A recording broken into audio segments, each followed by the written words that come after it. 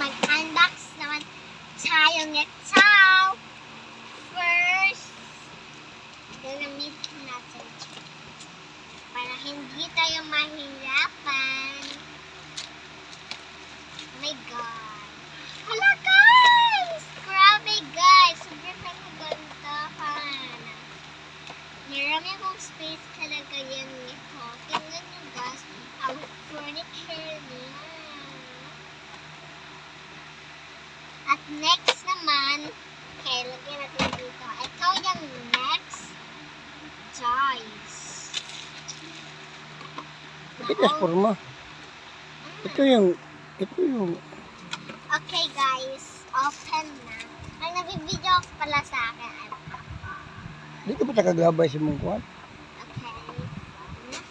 Ito na ilabi sa aking trash.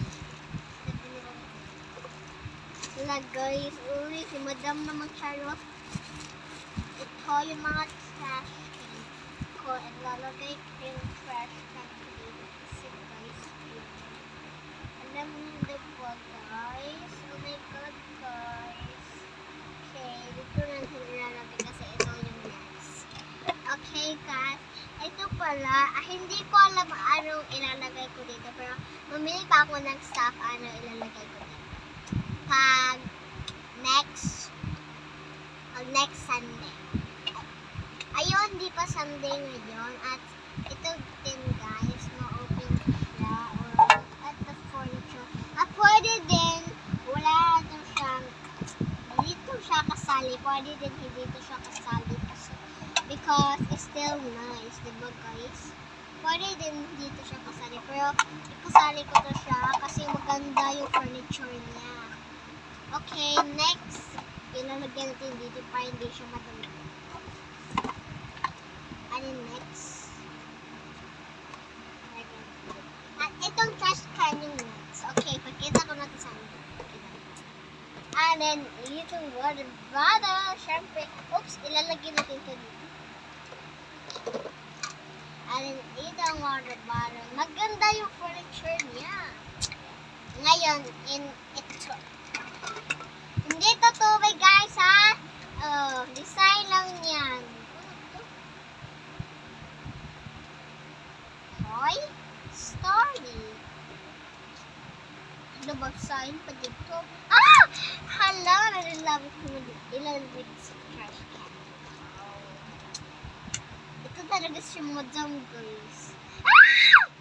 Nahihiya ako. Oh my God. Hindi ako mahihiya dito. Pag ako mahihiya, sino ba ganito?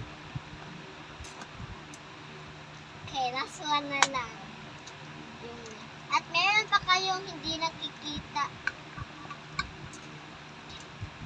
Ang ganda niya, guys. Alam, next ayaw pa fake nails. At paglaki ko lang.